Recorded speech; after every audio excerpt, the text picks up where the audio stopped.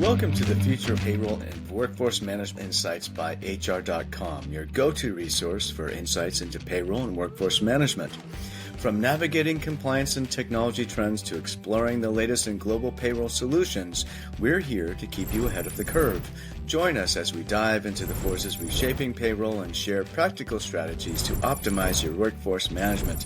Let's get started. Well, hello everyone, and welcome to this episode of Future of Payroll and Workforce Management here at HR.com. It is our podcast, one of our podcasts here, and at HR.com, and I am an executive community leader of Future of Payroll and a few other things, but enough about me and HR.com. How about our guest today? Hello, Brian Escobar. You are a payroll manager at It's Sugar, and you also have your own podcast, correct? That is correct. Yes, sir. Yeah. Oh, Building beautiful, beautiful. me and my partner own Payroll Universe Inc. and we're just kind of building a brand and a business brick by brick, and the podcast is definitely one of those bricks. That's awesome. Having been in that sort of realm in the past, I know how much work it is, so my hat is off to you. Um, we have an interesting topic today that we've covered in various sort of iterations on the podcast. Previously, it's around, what should be an education track for payroll? What's going on here? Why does everyone just kind of fall into payroll? Why it's the most important piece of employing people? And we're going to get into all that. But first, I ask all my guests this, and it's always a great answer. What is your passion? Like, what gets you up in the morning every day when it comes to the world of work, Brian?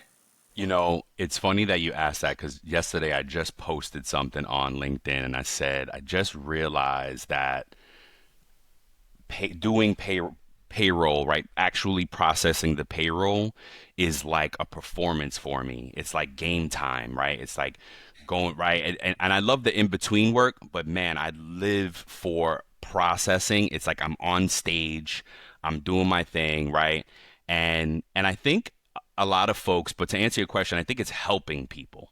I have two amazing young folks that I work with, and they're always like, "Oh, Brian, I got a question. I'm so sorry to bother you." I'm like, "No, I'd much rather help you all day long, right? If I could just coach you guys all day long, that's what I love. I love helping. I love the training piece. I love teaching folks, and I'm at a point in my career where I can give back. Knowledge is nothing if you don't share it. So I think that's what gets me out is just how can I help today? Who am I going to help? Who am I going to solve a problem for today?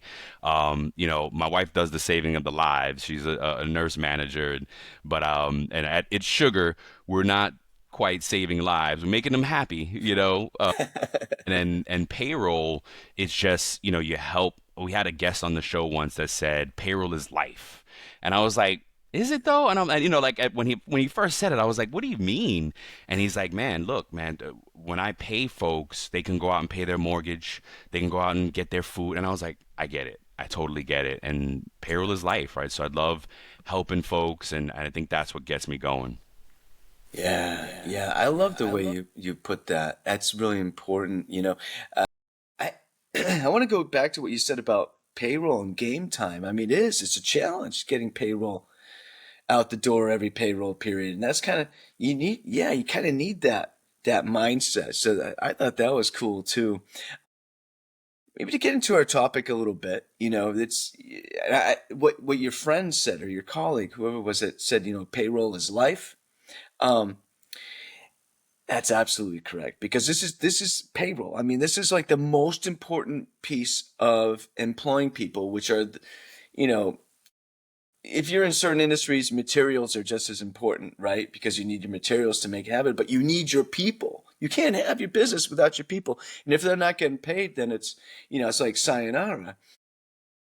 But a lot of people kind of like most people kind of like they just kind of find payroll as a career path and they end up liking it or whatever. But what we're going to talk about today is, how can we kind of maybe hopefully we'll have a butterfly effect here where we'll, we'll have one. There's been many sort of little butterflies in this sort of conversation, not just on this podcast, but maybe we'll have a little bit of an effect. But, first, you know, the importance of establishing a post-secondary academic track for the payroll profession, right? And second, how do you attract younger generations to a career path they likely haven't even heard of? Because, you from what I understand, there's a sort of a dearth of young people who are entering the field right now. Yep.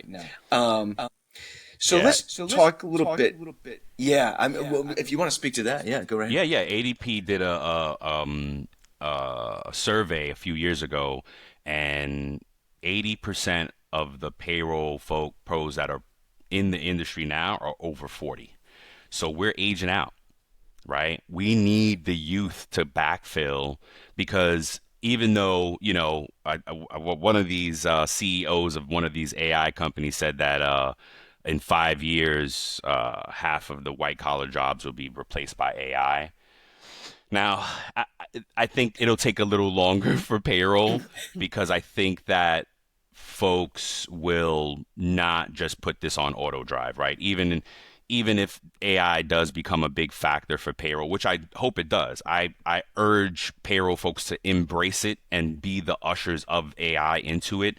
I'm actually studying for my CPP right now. After I get the CPP, I'm going to start learning some AI and figuring out how it, build a project, whatever it may be, because the education piece is so important. We need to backfill.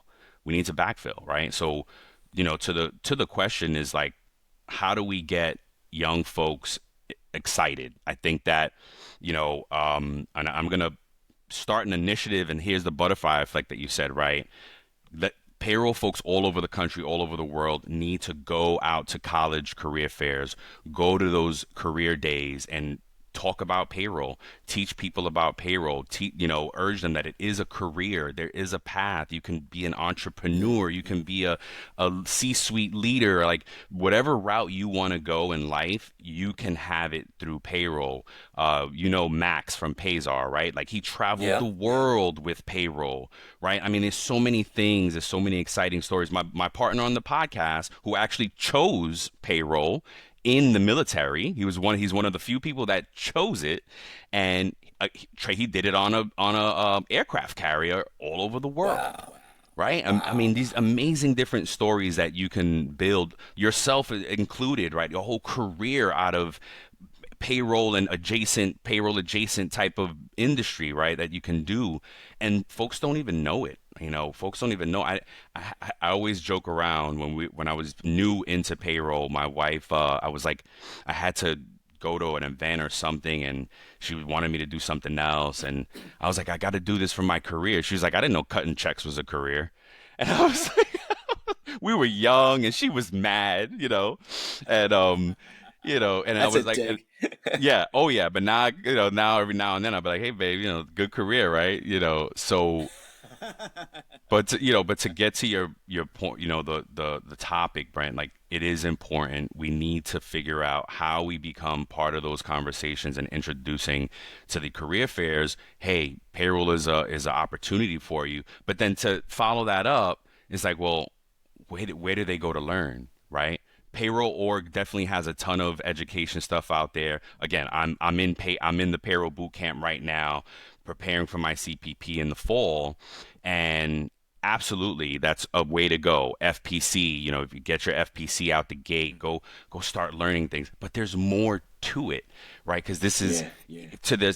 to their own admission, they focus on the federal laws that govern payroll, and that's the basis. You need to understand that. But there's more to it than to be a good leader.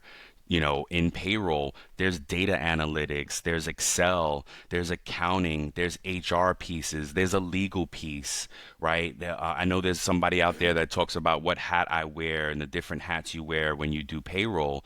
And that, to me, is a great foundation to and a great, breeding ground to build a career, a learning path, an associate's degree, a bachelor's degree, a master's degree, even to support the learning that you need to be a great payroll professional because there's more to it than just learning the laws.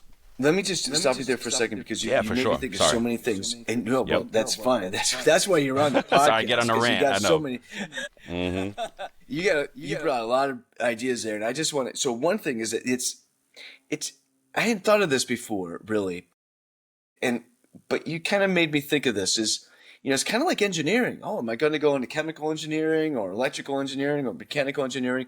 Oh, you're going to go into payroll, or are you going to go into analytics? You're going to go into strategic payroll. You're going to get into, I know those two can be actually combined, but Sales. You could like sell payroll. Yeah.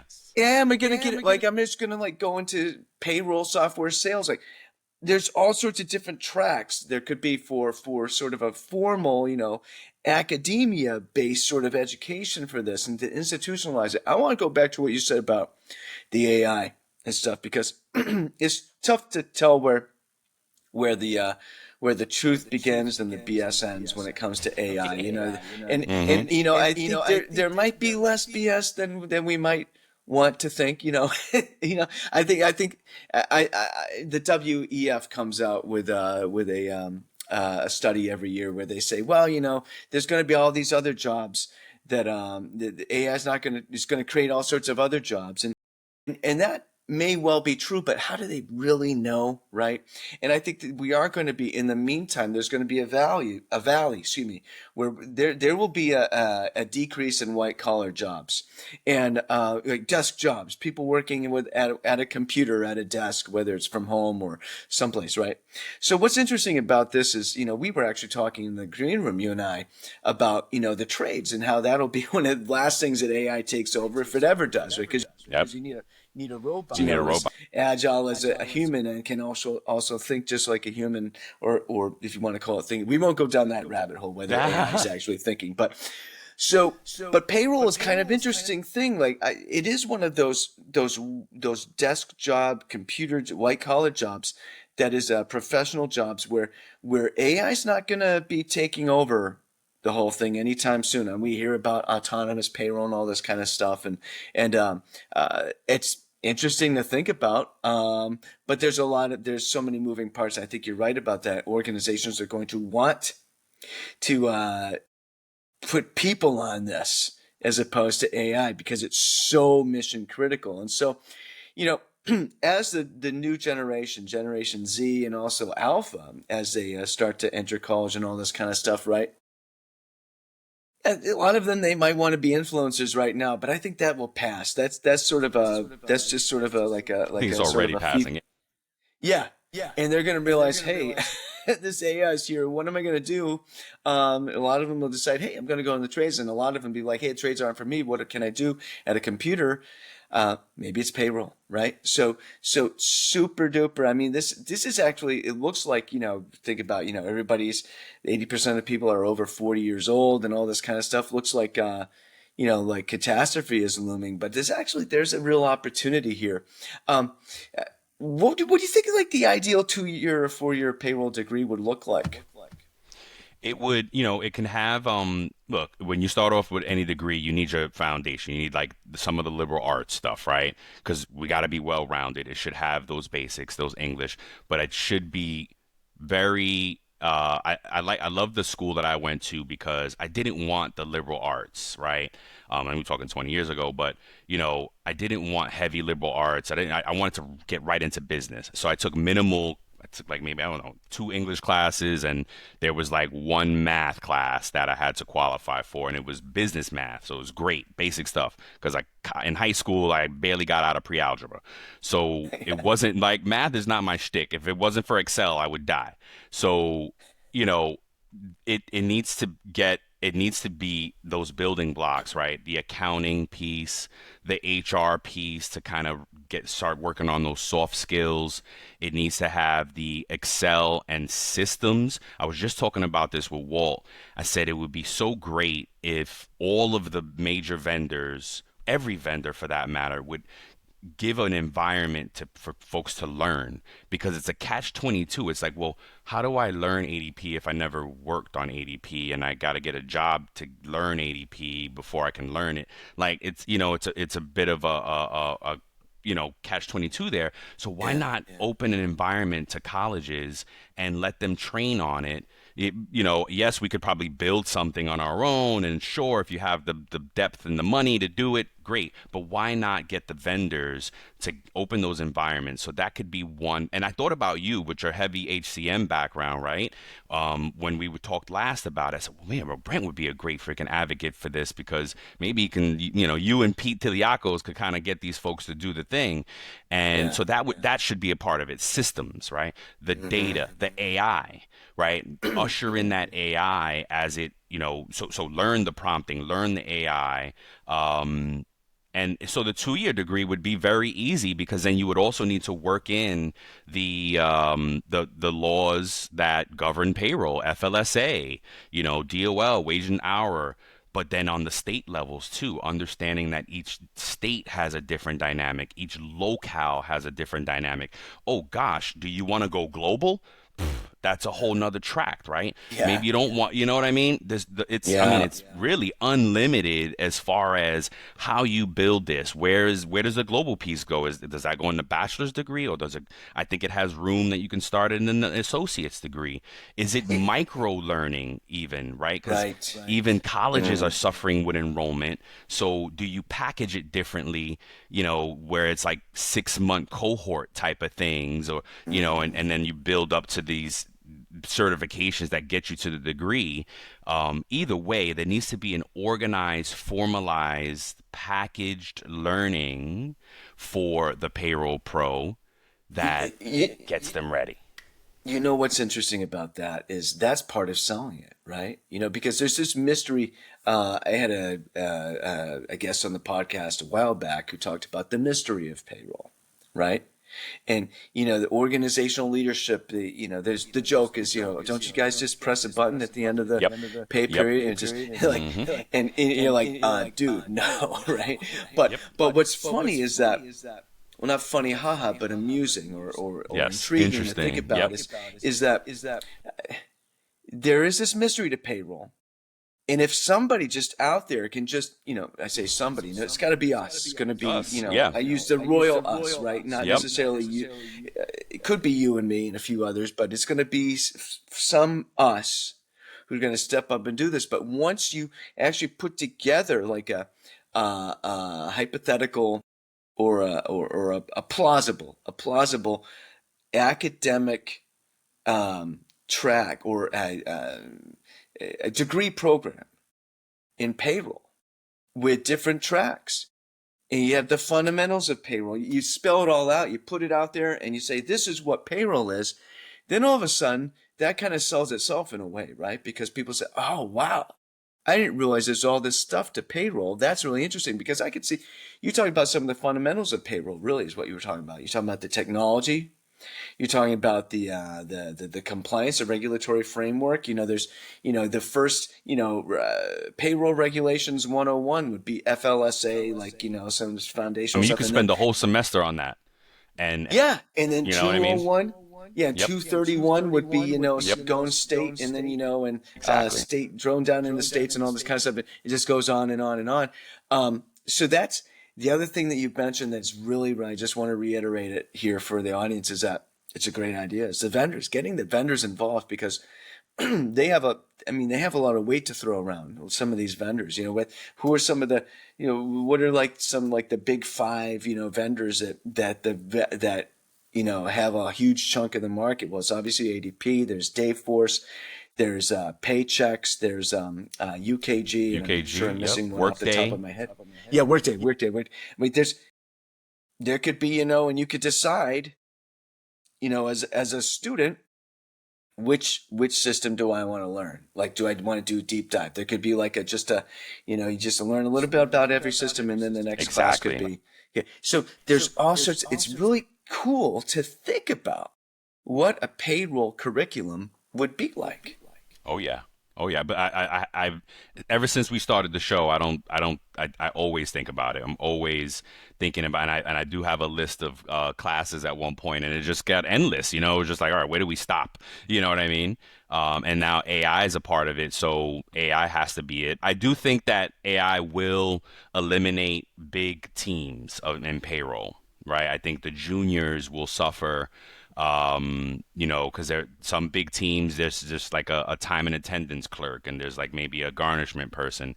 So some of those junior jobs will get impacted, but at the end of the day, folks are going to want what I calling a payroll pilot, right? Because we did a show and we just kind of like, you know, what would you want AI to do in payroll? And I want to just talk to the system and pull up things. Hey, pull up this report. All right, cross it with this one. Give me the deltas. Give me the outliers. Boom, boom, and just kind of talk it through and get the output on screen. Okay, you know what? Notify all these folks. There's a red alert here. But whatever, and you just want to talk to the system and get it. What I have to do in 30 minutes, pulling different reports, VLOOKUP and data analysis and validation and cross-checking and reconciliations could get done in seconds.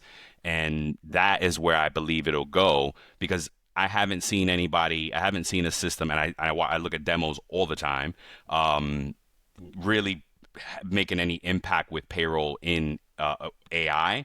What they say is, oh, we have AI in payroll. Well, what is it? It's a chat bot. It's not. That's not AI in payroll, right? That's a chat bot. Yeah, So yeah, I'm yeah. eager to see where that is, and that's why I love having all the guests on, because I'm like waiting for that one groundbreaking guest that says we've done it, right?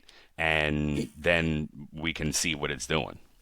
I've had so many conversations even just this year around, okay, what can AI do? What can AI really do in payroll?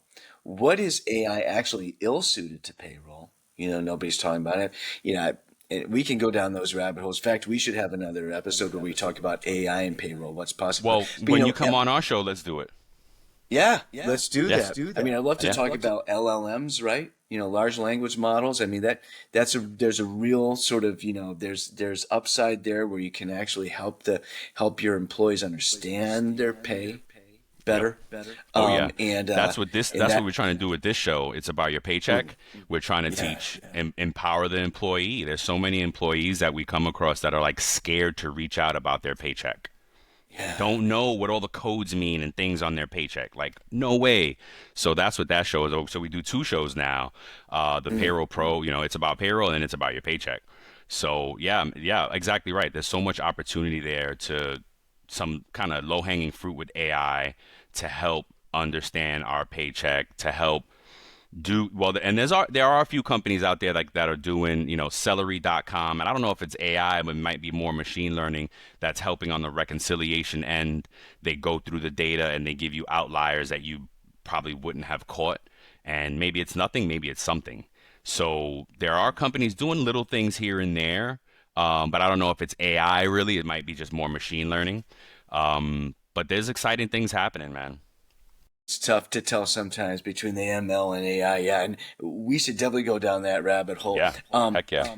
In a couple, like 1 minute, we got one more minute. If there's any kind of, what would you like to sort of impart on our audience here around the topic today? Because this is a big one. Like, what's like the next step? What can we do next right away? Be an advocate for payroll. Start championing that education piece, right? Talk to young folks, figure out how to talk to young folks.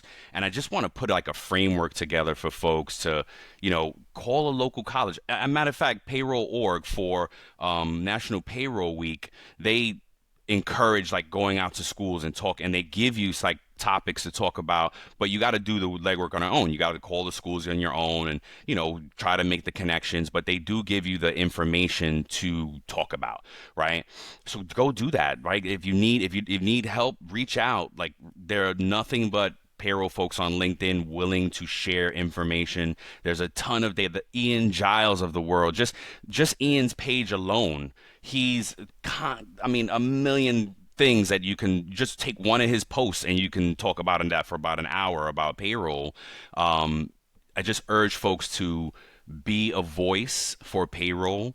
Go talk to young folks go to those career days that your kids ask about, and ask you to come and do, and talk about it. And that's it. Like, just be an advocate. Go talk. Have a voice. Be a voice for payroll. Join us as becoming a voice for payroll and helping usher in those young folks into payroll. You managed to bring a shout out to a couple of my favorite people in this space, Ian Giles and Pete Yeah. Tiliakos. So Oh thank man, you. love them. Yep, Yeah. absolutely. Look, there was a list not too long ago, the 10 top influencers in the world, and I think we had 8 of them on the show.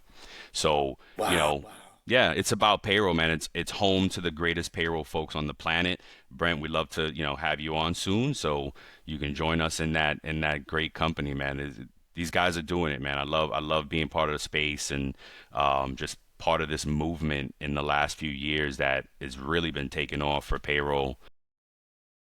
It is. Looking forward to this exchange podcaster program here. And I Absolutely. am looking forward to being on your podcast. Thanks for tuning in to the Future of Workforce Management and Payroll Insights by HR.com. We hope today's episode brought you valuable insights and fresh perspectives on the future of payroll and workforce management. Be sure to check out more episodes and explore resources at hr.com/podcast or wherever you listen to podcasts. Until next time, keep innovating and making a difference in the world of payroll and workforce management.